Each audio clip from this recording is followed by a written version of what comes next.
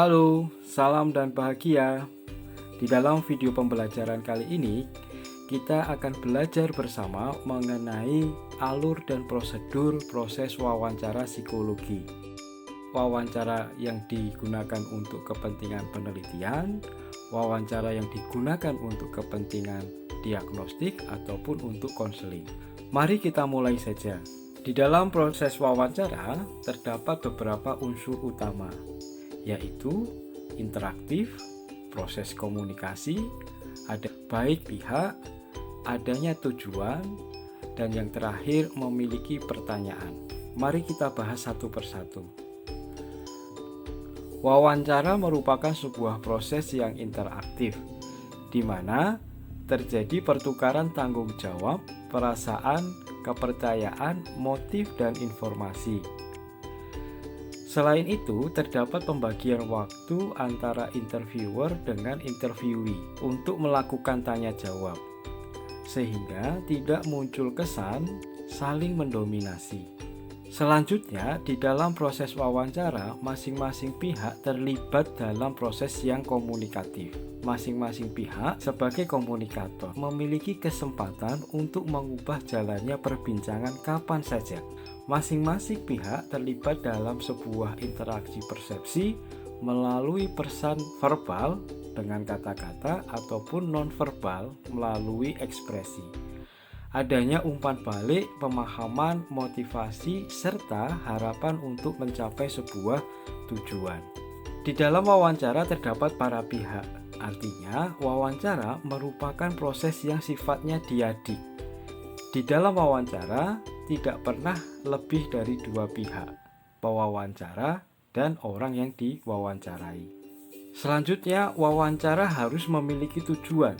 Untuk mencapai tujuan, wawancara harus memiliki tahap persiapan, rencana, dan struktur. Dalam wawancara yang efektif, seorang pewawancara merencanakan pembukaan, memilih sebuah topik, menyiapkan pertanyaan, mengumpulkan informasi, serta menemukan cara jalannya sebuah wawancara.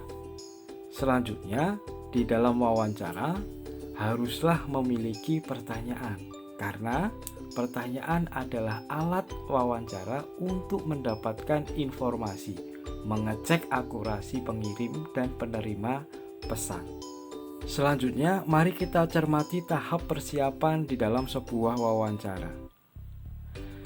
Yang pertama, tentukan terlebih dahulu tujuan wawancara. Memiliki tujuan wawancara yang jelas akan mempermudah untuk menyusun pertanyaan dan kebutuhan apa saja yang diperlukan dalam sebuah wawancara. Agar mencapai tujuan wawancara, maka diperlukan sebuah pedoman wawancara. Nah, fungsi dari pedoman wawancara yang pertama memberikan bimbingan tentang apa yang akan ditanyakan. Yang kedua, menghindarkan kemungkinan untuk lupa.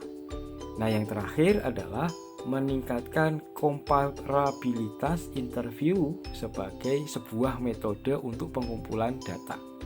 Langkah persiapan yang kedua adalah menentukan metode yang tepat. Metode wawancara bergantung pada tujuan yang ingin dicapai. Pertimbangan di dalam pemilihan metode yakni topik, biaya, waktu, jumlah sumber daya yang diperlukan. Masing-masing metode memiliki karakteristik tersendiri yang bisa dipilih berdasarkan pertimbangan yang dilakukan oleh peneliti atau interviewer. Persiapan yang ketiga adalah menentukan ruang lingkup. Penentuan ruang lingkup akan memudahkan interviewer ketika berada di lapangan untuk melakukan wawancara. Penentuan ruang lingkup berkaitan dengan beberapa hal sebagai berikut. Yang pertama, subjek dan informan siapa saja yang dibutuhkan. Kedua, sumber-sumber apa saja yang diperlukan. Ketiga, perlu tidaknya pelibatan key person di dalam sebuah proses wawancara. Terakhir adalah waktu pelaksanaan, berkaitan dengan berapa lama dan berapa kali wawancara harus dilakukan. Langkah persiapan terakhir adalah mencermati langkah persiapan. Apabila langkah persiapan sudah dilakukan, maka perlu dilakukan evaluasi sehingga pada saat di pelaksanaan dapat berjalan dengan baik. Hal yang perlu dicermati adalah yang pertama, menguji panduan wawancara atau pedoman wawancara, lalu melakukan curah gagasan. Nah, apabila terjadi beberapa kesalahan, perlu dilakukan penyempurnaan manual. Terakhir, mereview serta merevisi panduan apabila diperlukan. Setelah langkah persiapan kita selesai, maka paling tidak kita sudah siap untuk melakukan sebuah proses wawancara. Apa saja yang perlu kita cermati dalam proses pelaksanaan wawancara? Yang pertama, pembukaan wawancara. Pembukaan wawancara akan menentukan keberhasilan proses selanjutnya. Yang perlu dilakukan adalah menunjukkan impresi positif kepada subjek sehingga subjek termotivasi untuk mengikuti proses wawancara.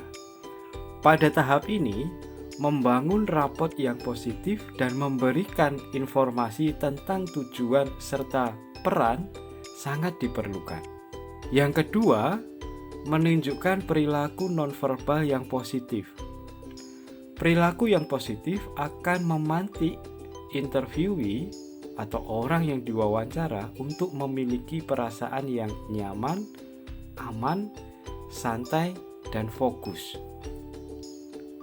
Apa saja yang harus kita perhatikan untuk menunjukkan perilaku yang positif? Pertama, kita perlu membuat jarak percakapan atau yang kita sebut sebagai conversational distance. Tidak terlalu jauh dan tidak terlalu dekat. Yang kedua, body position. Condong pada klien dan menunjukkan sikap yang rileks. Yang ketiga, sentuhan atau touch. Namun hal ini perlu disesuaikan dengan usia klien dan latar belakang budaya. Selanjutnya adalah eye contact yang menunjukkan simpati dan perhatian. Yang selanjutnya adalah facial expression yang positif. Selanjutnya adalah menunjukkan tone of voice yang jelas ketika menyampaikan pertanyaan, memberikan pernyataan, suara harus jelas dan dapat diterima pada subjek. Yang terakhir adalah menghindari distracting behavior atau perilaku-perilaku dari diri kita yang justru mengganggu konsentrasi dari interviewee. Misalnya, mengetuk meja, menulis sehingga terdengar suara pena kita, dan perilaku-perilaku yang lain yang mengganggu konsentrasi dari interviewee. Yang selanjutnya yang perlu ditermati dalam tahap pelaksanaan adalah menciptakan suasana yang nyaman. Hal ini perlu didukung dengan lingkungan fisik dan suasana wawancara. Hal ini juga menjadi indikator terhadap keberhasilan di dalam proses wawancara. Kualitas ruangan seperti pencahayaan yang terang, penataan kursi dan meja, ketenangan ruangan perlu disetting sedemikian rupa agar mampu mengembangkan perasaan yang positif dari subjek terhadap proses wawancara. Beberapa hal yang perlu kita perhatikan di dalam menciptakan suasana nyaman. Yang pertama adalah penempatan kursi. Yang kedua adalah pencahayaan, harus terang serta cerah. Yang ketiga adalah kerahasiaan. Artinya ruangan disetting sedemikian rupa sehingga memungkinkan klien untuk memiliki perasaan yang aman dan nyaman. Kemudian fasilitas-fasilitas pendukung yang lain yang diperlukan harus ada di dekat atau berada di dalam lokasi wawancara. Nah, yang terakhir tentu saja ketenangan. Ruangan untuk melakukan wawancara sebisa mungkin harus memiliki unsur ketenangan sehingga pesan dari pewawancara ataupun pesan dari orang yang diwawancara itu bisa tersampaikan dengan jelas tanpa ada gangguan atau noise. Yang selanjutnya adalah menutup wawancara. Yang perlu kita pertimbangkan adalah di dalam sebuah proses wawancara, sopan santun dan etika adalah menjadi hal utama.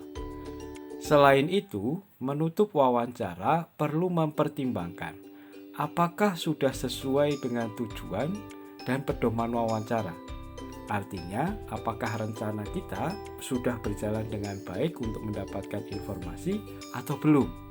Hal ini dapat dilakukan dengan cara memeriksa jawaban dari pertanyaan why dan how.